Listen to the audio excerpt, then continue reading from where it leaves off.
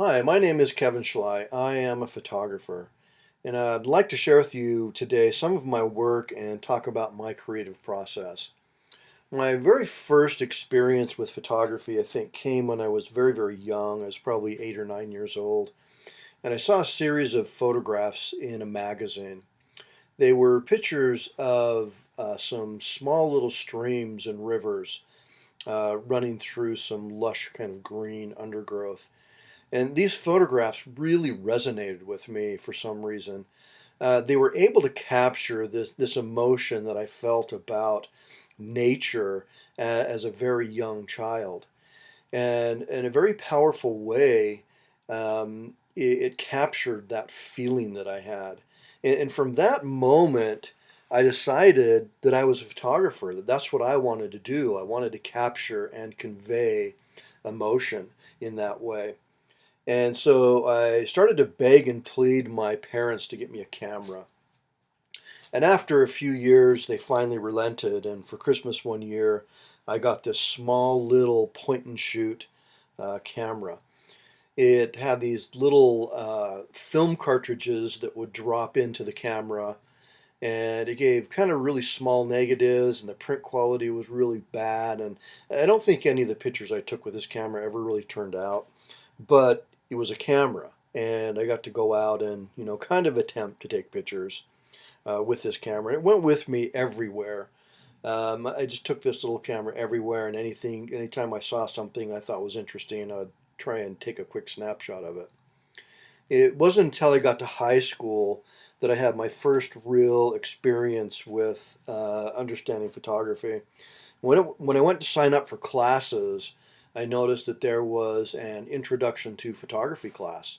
And so I instantly signed up for that as one of my elective classes. And through this class, I was able to learn some of the really basic principles and fundamentals of photography. I was asked to be on the newspaper and yearbook staff and jumped right into that. And it was a great experience because I could take a lot of different pictures of different subject matter, portraits and sports and all sorts of things like that. And that was really cool. I got to do that all through high school. And then when I got to the end of high school, I was able to do an internship with a local newspaper. And this was, kind of the big time local newspaper that everybody got. And so I went out with the photographers and I would work on some of the stories alongside with them. And I was able to get several of the photographs that I took while doing that internship published in the newspaper. And it was really cool to see my work show up and printed in this newspaper with my name there underneath the byline. After high school, I went to a college called Rick's College. It's a small college in Rexburg, Idaho. It's now called BYU, Idaho. College was a really good experience. It was great to have instructors that would give real feedback. This college experience helped me refine and greatly expand my technical and creative skills. I learned everything from hand printing color, developing black and white and color film, working in the studio and understanding studio lighting. It was all of these things really built a great foundation. And I don't know that I learned everything about photography in college, but it gave me the ability to move off in my own direction and to build on that foundation of solid photographic principles. After college, I went to work for a portrait photographer, doing studio portraits and headshots.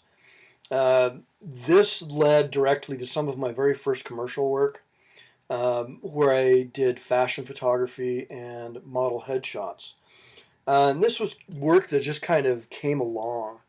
It wasn't really what I wanted to do for a career, but it was work that was there, and of course you need money, and so I worked a little bit in the fashion industry. But again, it wasn't really where my heart was with photography.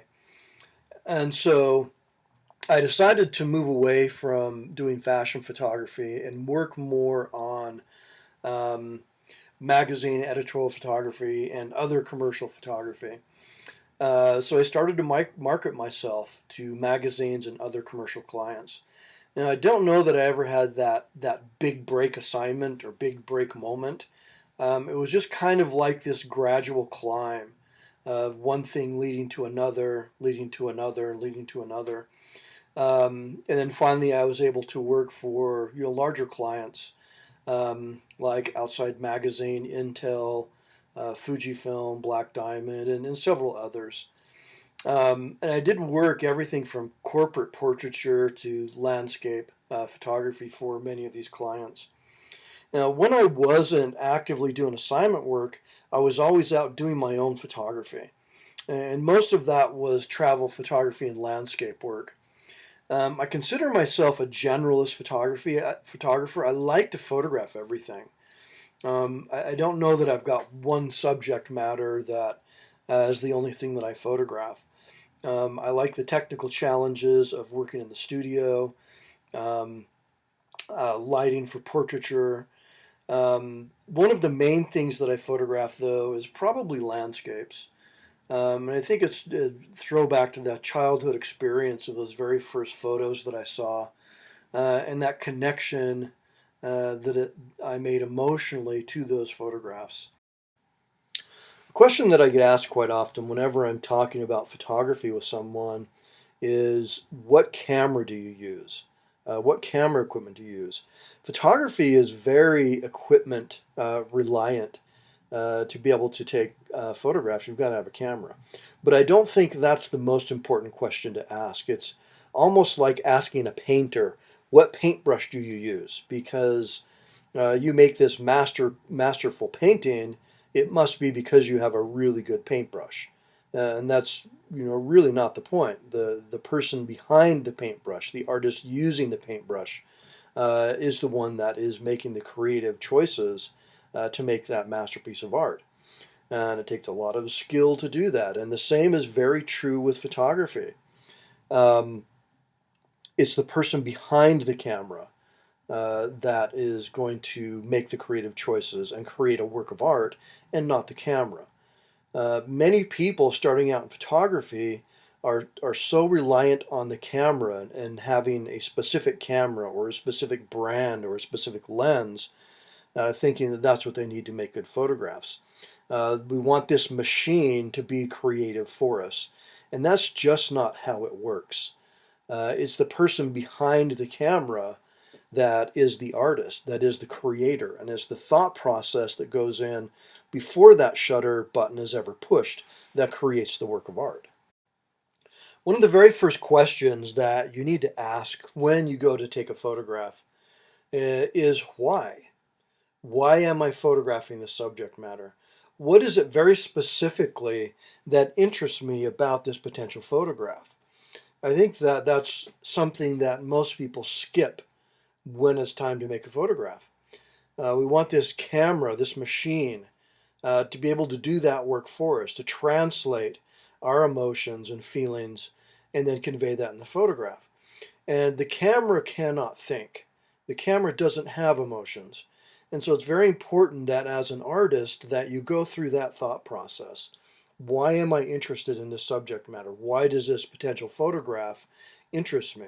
What is the emotion that I'm trying to express when I make this photograph? Once you've answered that question, you can then move on to the other technical aspects of photography. Does the light work for my subject? Is there good light on my subject? What am I going to do technically for shutter speed? Do I want to show motion blur by using a slow shutter speed or a fast shutter speed to stop the motion? Am I going to use depth of field to limit the depth of field to have one sharp point of focus? Or do I want to have everything in the picture in sharp focus? And then how am I going to compose? Where am I going to place the main subjects in the frame to have the strongest emotional impact? And unless you start with that why question and answer that why question, you just cannot move forward to all of the other technical aspects of photography. I want to take some time now and go through some of my favorite photos from over the years. Most of these are just personal photographs that I did for myself and not photographs that I did for commercial clients. And I want to just talk about my thought process behind most of these photographs and what they're really all about and why I took them. This is a picture of Antelope Canyon that I took back in 1996. Back then, Antelope Canyon was not the tourist attraction that it is today. When I was there, me and a friend were photographing Antelope Canyon. We spent the day there. We maybe saw 10 or 12 other people in the canyon the entire day. Um, this is a very difficult place to photograph in. The exposure differences are very big between the highlights and the shadows, and to get all those values to come in is very challenging. I used a large format camera to take this photograph. Large format cameras use a very large piece of film. This is a 4 by 5 inch piece of film for this photograph. And using film in this situation is very, very challenging. Unlike digital today, I think digital handles those values much better, and it's easier to accomplish than it was back then with film. This is a very difficult photograph to make. And it's one of my favorites because it really conveys the emotions that I was feeling as I was going through and looking at Antelope Canyon and these amazing patterns and shapes that have been carved over the years and years of water running through this canyon. And so I really like how this one turned out because it conveys what I felt. So I want to talk about this picture a little bit and my thought process behind this picture. Um, For this picture, I used a very slow shutter speed.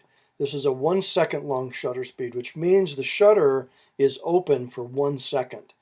And anything that moves during that 1 second time is going to show its blur. And I also use a technique called panning.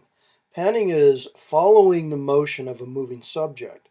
And so I used a long shutter speed while following the motion of this subject. Now, my choice in doing that again reverts back to our why question. Why am I taking this picture? What am I trying to show? What is it that I'm trying to capture? In watching this rodeo, I'm really watching and seeing just that movement and that motion. And I could have made several different creative choices. I could have chose a fast shutter speed to totally freeze the motion, and then you'd see everything just frozen. But I did choose that long shutter speed to try and interpret and show that movement, that action, and that feeling of motion in the photograph. I want to talk about this series of photographs a little bit. This is from a time I was in Tahiti doing some work, and my shoot for the day was rained out, and I was sitting in my hotel room looking out over the bay here, and I see this tiny little dot out on the horizon. And I was really wondering what that was. Quite often whales and dolphins would come into this little bay. And so I grabbed a camera and my big 400 millimeter telephoto lens and ran down to the beach to see if I could see what this was. I put my big lens on and looked through, and I saw this picture here, which is this tiny little dot, which is a fisherman paddling in his canoe. And he's heading towards the biggest, deepest, darkest part of this storm. So when I saw that in my mind's eye, I saw this incredible picture of this fisherman battling the waves and fighting this storm, and I knew I needed to get a picture of that. And so I ran back up to my hotel room and I put a couple cameras in my camera bag and some lenses, and then I ran out and jumped in the hotel's guest canoes, and then I paddled as hard as I could, and it took me 15 or 20 minutes paddling as hard as I could to get out there and intersect this fisherman. And so I got out there, and he turned the canoe around and started getting ready to go spearfishing. Um, and I was able to then take this picture. And I really like how this picture came together. One, because this is kind of what I had in mind when I was looking at that little dot in the horizon out on the beach. And it took a lot of work to make this picture. And I think more often than not, good photographs take work. Very rarely do we grab a camera and just pointed at the subject matter and push the button and have things work out. Usually it takes some work.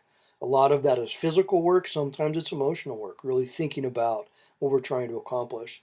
And for this picture, thinking about the composition, I really wanted the sky to have a little bit more dominance over the water. And so I lowered the horizon line down, making the sky a little bit larger in the frame. Then I moved the fisherman off center, giving space in the direction that he is pointed for this photograph. And then the fact that this fisherman was nice enough to bring his yellow canoe along to contrast the color of the blue worked out really nicely. But this was one of my favorite pictures just because of that pre-visualization, that thought process, and seeing something in your mind's eye and then working to make sure that happens and making that awesome picture turn out. This is a picture I took while in Ethiopia, um, and I was driving down the road.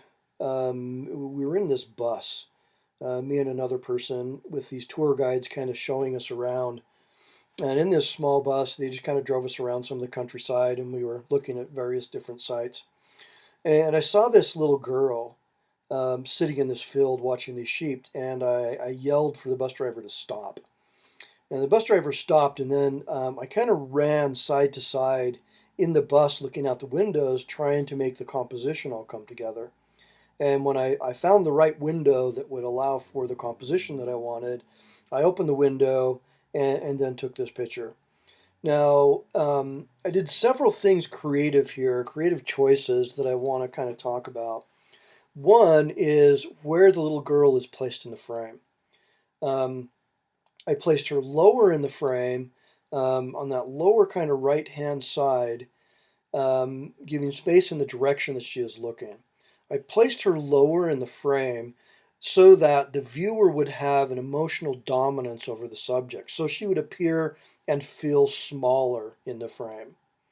And then I looked to balance the farm animals. And I talked about moving side to side when I was on the bus. And if I move to my left or my right, that changes the interaction of all of the different elements in the frame.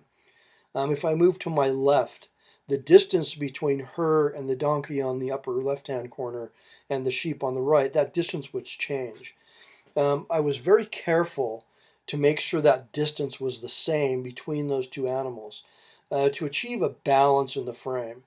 And then also the edges of the frame between the face of the donkey and the back of the sheep on the far right, that distance in the frame is very close to being the same. And so I made all of those choices for a compositional balance to the frame. And again, I wanted this girl to feel small, that she is dominated over by the landscape. And it's kind of the importance the job this little girl has to watch these farm animals and these sheep, and yet she's this tiny little small girl. I think that the more personal your photos are, the better they are. This is a picture I took in China while we were adopting our daughter from China. One of the very last things that has to happen in the adoption process before you leave and take your new child home is they have to have a physical by the doctor. And so this is the physical day. And this doctor has to do a whole bunch of these physicals. And I really like the interaction between the doctor and my daughter. Um, if you look at the mannerisms of the doctor, I mean, he is as far away as he can get. He's leaning back, and the expression on his face, you can just tell that he doesn't want to be there. That this is something that he has to do, but there's many other things he'd rather be doing. But if you look at the expression of my daughter, she's got that grin on her face, and life is new and amazing. And I really like the contrast between the two people here. And again, this is a really important photograph to me because it's so personal. It is such a strong and meaningful part of my life.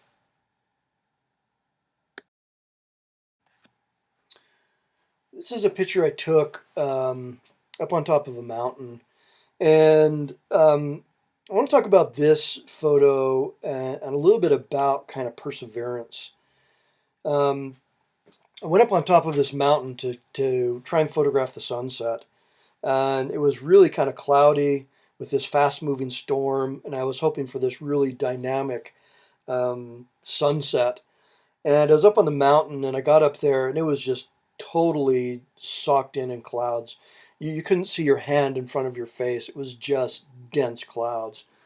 And so I was about to give up and just, head back and sit around a nice warm fire, but I just felt like I should wait. And so I decided to wait it out for a little while. So I just kind of sat there, and it's kind of cold and miserable, and I was kind of sitting there with my camera on a tripod waiting.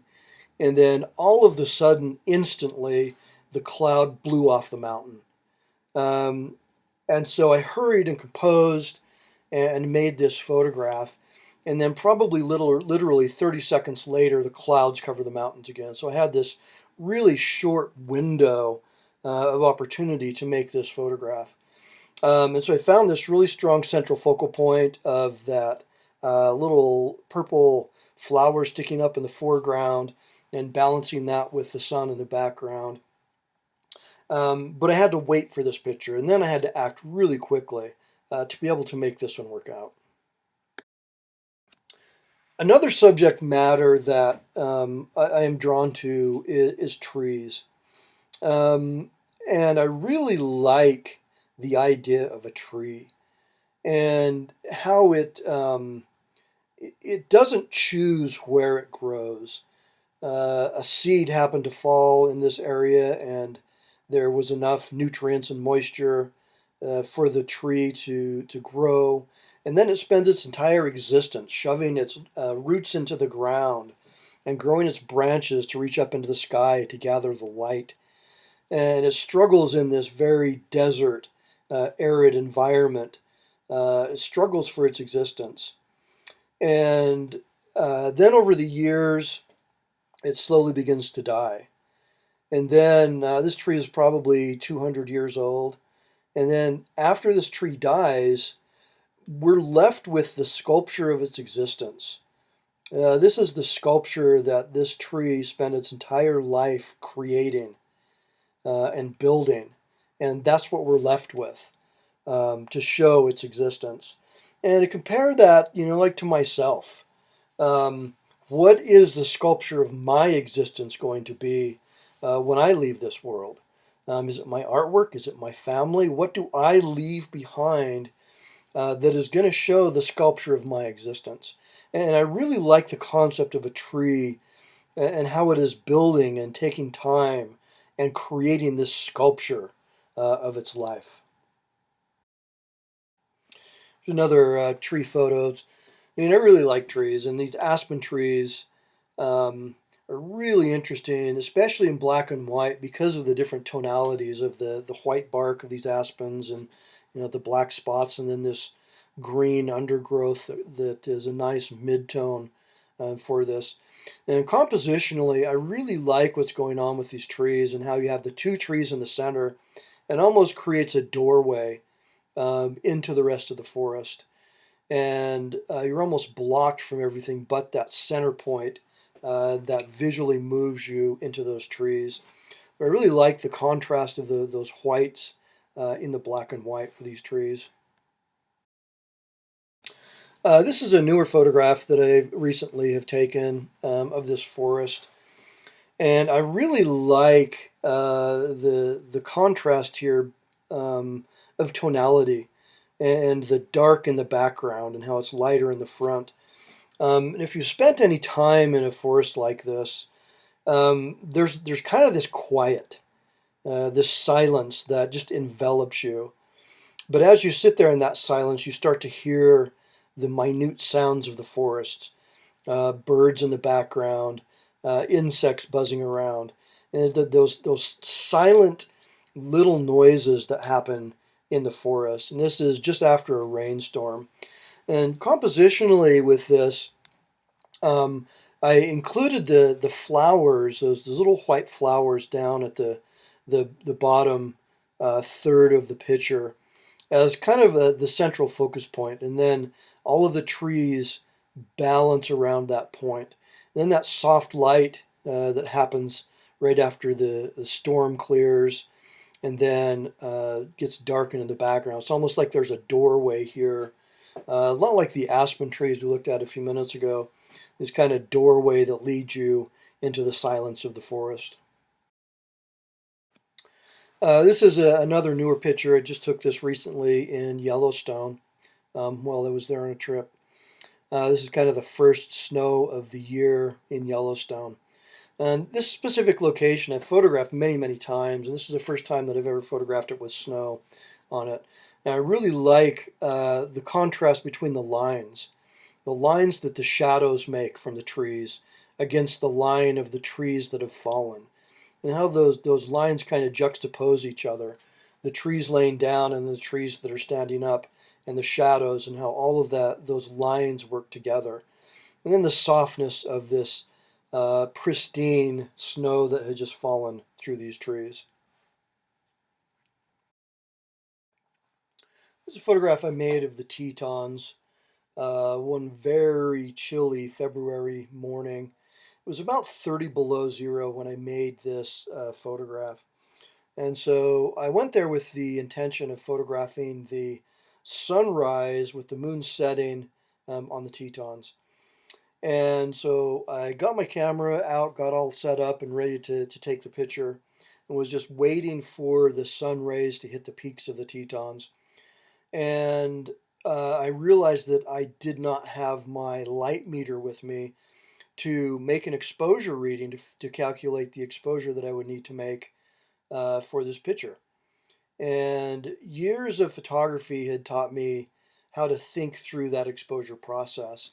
And so I was able to calculate the exposure and make a correct exposure on this scene without having a light meter, all while slowly getting frostbite while trying to make this picture.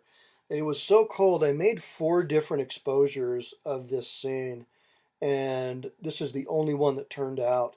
It was so cold that the shutter inside of my lens of this camera was freezing, and I would only get a partial exposure on the other frames. But this first one that I took turned out really well. And the exposure that I was able to calculate in my head also worked really well for this situation.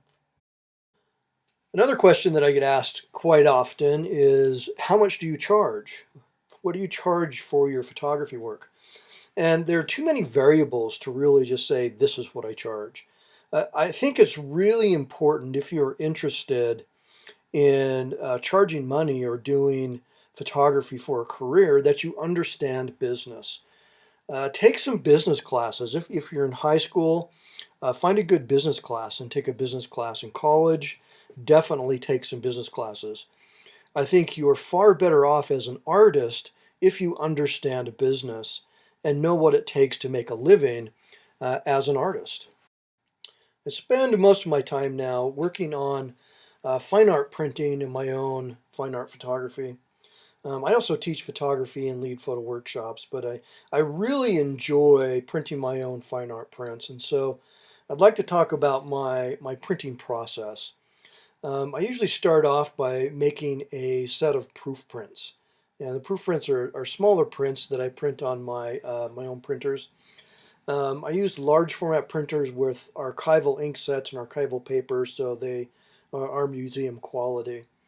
When I get the proof prints out, I then look through and analyze them very carefully to see exactly what corrections that I feel like I'd like to make so that the pictures and the final prints match what I was expecting and experiencing when I took the photos. Very rarely, if ever, do we take a photo and it's ready to go right out of the camera. Most of the time it requires some correcting and adjusting. And so these proof prints are a really good way for me to look at my initial corrections and make sure that I haven't missed anything, or if there's anything that I would like to spend some time and fine tune. Fine art printing, for me, it's really important that these prints convey exactly what I was after when I was making the final print. So these proof prints are the very first step of that. After I've gone through and analyzed the proof print, I then go back to the computer and work on that fine-tuning process and making those edits and corrections that I feel like were necessary based on those proof prints. I primarily use Adobe Lightroom for my corrections. I like working with Lightroom. It gives me a lot of control. I don't use Photoshop very much. Photoshop is primarily used for image manipulation, whereas Lightroom I'll use for image correction and correcting and fine-tuning my pictures. And so after I've analyzed those proof prints, I'll go back and work on correcting those images to get them looking as good as I possibly can. Printing in black and white and doing photography in black and white, I think is very challenging. Um, some of the first photographs that I made that I felt like that were successful were in black and white. One of the most challenging classes that I took in college was a black and white class called the zone system. And with the zone system, it is a method for perfecting the exposure, development of your negatives in the printing process.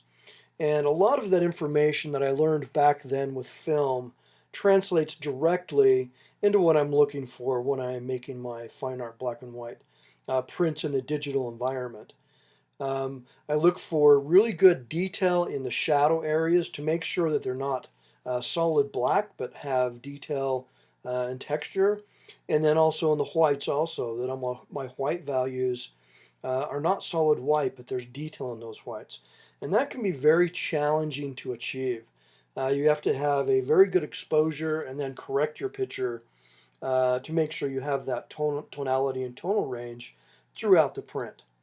Then I'll go through, as we're seeing here, and I just fine tune using some of the Lightroom tools to make specific areas maybe a little bit lighter or darker so that visually your eye moves throughout the photos in the exact way that I'd like when we're viewing that final print. And then we'll make another series of prints that are a little bit larger.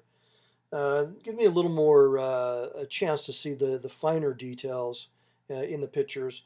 Now, usually at this stage, I'll make a few different copies with different corrections and adjustments. And then I can see the printed version and analyze and make sure that I'm seeing exactly what I want before I move on to the next bigger step. And so I start with the smaller proof prints, and then I move up to another set of proof prints that are a little bit larger and analyze these a little bit more closely than I did with that first round of proof prints. And then I make sure I get down to the ones I feel like the corrections looked the best, and then I will go with those to make the next size up for my prints. So once all of those proof prints have been finalized, I'm then ready to go and make my final prints. The final prints then would have all of the detail and corrections that I felt like were needed to make the print exactly how I wanted it. I like making bigger prints. Um, Bigger prints I feel like show the detail, and that's one thing that's really important to me is the detail. You can see the grasses and the leaves in these pictures, and so I really like making larger prints. And so with this final corrected picture, I can make as many different prints as I feel like I need in different sizes. I can make large prints or small prints. And this one I printed pretty large. It's 24 by 36 inches, and I really like that you can see the detail in it. You can see the drops of rainwater clinging to the grasses at the bottom and the detail of the flowers, a little touch of white flowers at the base of the trees. And so I really like making very large prints for my fine art printing. I think they look great on the wall and really kind of demand attention when the viewer is looking at them. Thank you for spending some time with me today. I hope that you have enjoyed seeing some of my photography work, as well as some of the ideas that I've shared with you about being creative and artistic with photography. I hope that you can use some of these ideas to go out and make some great photographs.